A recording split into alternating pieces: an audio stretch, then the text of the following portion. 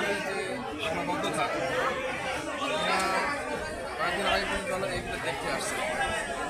এখানে আমরা দেখে গেছিলাম, আমরা বলছিলাম আমরা কিন্তু ব্যবস্থা করি না। আমরা আপনাদের এইগুলো দেখে যে আমরা এই অফিসে কথা বলেছি, ডিসির সাথে কথা বলার জন্য দায়িত্ব দিয়েছিলাম, কথা বলেছে। আর দেখা যায় সমস্যাটা আছে, অনেক বড় সমস্যা। আমরা আমাদের যে অ্যাবিলিটি, সেই অ্যাবিলিটিতে আপনি কিন্তু আমাদের একার পক্ষে সম্ভব না।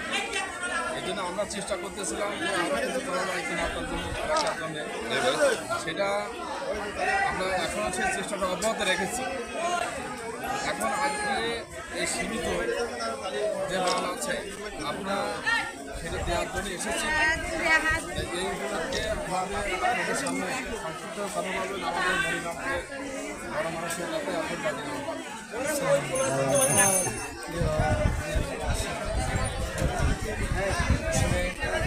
দেশের যে বিপদ নিরামপুরে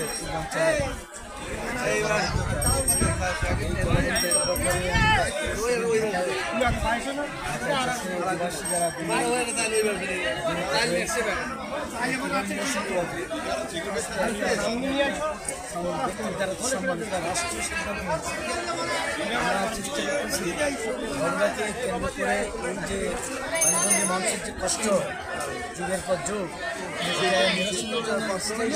ব্যাপারে চিন্তাভাবনা করে একটা পথ আমরা ব্যবস্থা দিয়েছি।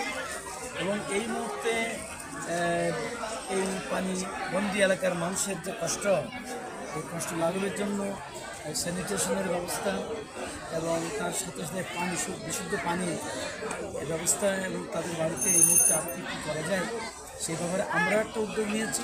একটা দলের বা একটা ব্যক্তি উদ্যোগটা সীমিত, আমরা সরকারকে বাধ্য করতেছি, অনুরোধ করেছি এবং তড়িৎ সিদ্ধান্ত নেই। ইতিমধ্যে এলাকা তদন্ত করে ফেলেছে, করে কোথায় কোথায় টিউবওয়েল বসাতে হবে, কোথায় কোথায় স্যানিটেশন দিতে হবে, এই ল্যাট্রিন দিতে হবে। আমরা ইতিমধ্যে মানে বাড়ির থেকে যে সাঁকো বানায় বের হওয়ার জন্য প্রচুর বাসের প্রয়োজন, সেটাও কালেকশন করে ইতিমধ্যে আমরা এলাকায় বন্টনের জন্য আমরা সিদ্ধান্ত নিয়েছি। প্রায় 500-রও বেশি আমরা সাঁকো বানাবার জন্য বাস সেটা।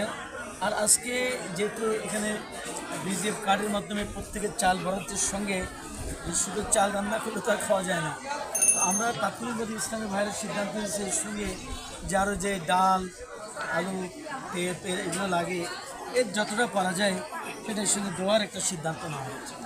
তো আপনারা আমাদের দোয়া করবেন, আমরা আপনাদের পাশে থাকতে চাই। এবং আমি আমার দলের পক্ষ থেকে, সংগঠনের পক্ষ থেকে আপনাদের এই যে কষ্ট, এই যে পানি জলাবদ্ধতার কারণে এই কষ্টের সহমর্মিতা জানিয়ে আপনাদের পাশে থাকার জন্য আল্লাহর সাহায্য কামনা করে কথা শেষ করছি।